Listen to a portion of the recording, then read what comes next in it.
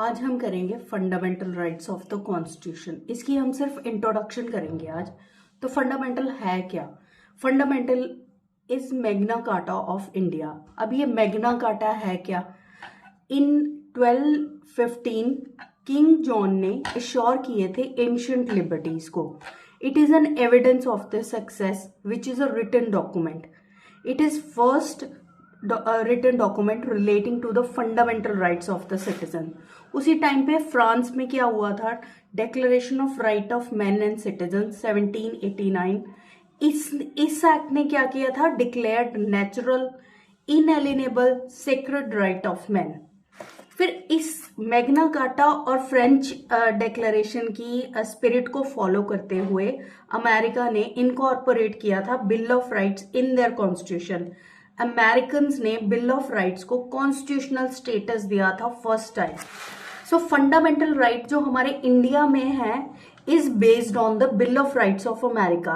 But हमारा जो constitution है वो बहुत इलेबोरेट और कॉम्प्रिहेंसिव डॉक्यूमेंट है। अब reason behind inclusion of fundamental right in our constitution, तो मेन बात क्या थी? क्यों फंडामेंटल राइट्स को इंक्लूड किया गया हमारे कॉन्स्टिट्यूशन में? तो जो हमारे basic elements of the life हैं, बेसिक राइट्स हैं, उनको प्रिजर्व किया था। Is to preserve which is indispensable condition of free society. अब पर्पस क्या था? पर्पस मेन ये था, ये जो फंडामेंटल राइट्स हैं अगेंस्ट स्टेट पावर है। मतलब यहाँ पे इन्होंने बताया है कि स्टेट को कोई हक नहीं है कि वो कोई ऐसा कानून बनाए कि वो फंडामेंटल राइट्स को वायलेट करे। तो state is prevented to make any law which violates fundamental rights of the constitution. तो ये बात मेन फोकस करने वाली है कि स्टेट को प्रिवेंट किया जाता है कि वो कोई कानून ऐसा बनाए जो हमारे फंडामेंटल राइट्स को वायलेट करे। Purpose is to prevent shifting legislature. अब शिफ्टिंग लेजिस्लेचर क्या है कि कोई भी जब नई सरकार आती है तो उनका मेन पर्पस होता है कि वो कुछ अच्छा करे या कुछ उसके एवज में वो, मतलब इन्होंने पहले ही प्रिवेंट कर दिया कि जो basic elements of life of a human being है उसको वायलेट ना करें, कोई ऐसा कानून ना लेके आए। Is to prevent shifting legislature to have free hand in interfering basic elements rights of a human. Maneka Gandhi versus Union of India 1978 में एक केस आया था जिसमें इन्होंने बोला था fundamental right represent basic values cherished by the people of country. अब इसका ऑब्जेक्ट क्या था?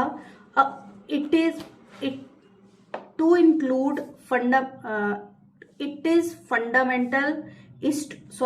object to include it as fundamental is to establish a governmental system where tyranny of majority does not oppress minority। की वही हो गया कि जो shifting majority of the government है या गवर्नमेंट है कोई भी जब आती है तो वो कुछ ऐसा ना करे कि वो ऑप्रेस करे माइनॉरिटी को या फिर कोई ऐसा कानून लेके आए जो वायलेट करे फंडामेंटल राइट को। अब एक और केस है M Nagaraj versus Union of India 2007। इसमें इन्होंने बोला था Supreme Court held part 3 does not confer but confirm its existence. इसका मतलब ये है कि जो पार्ट 3 ऑफ द कॉन्स्टिट्यूशन है वो हमें दे नहीं रहा। जो फंडामेंटल राइट्स हैं already there in our society, already is given to the, क्योंकि ये हमारे बेसिक राइट्स हैं, basic elements of the human being है। तो ये कन्फर नहीं कर रहा, ये जस्ट कन्फर्म कर रहा है उसकी एग्जिस्टेंस को।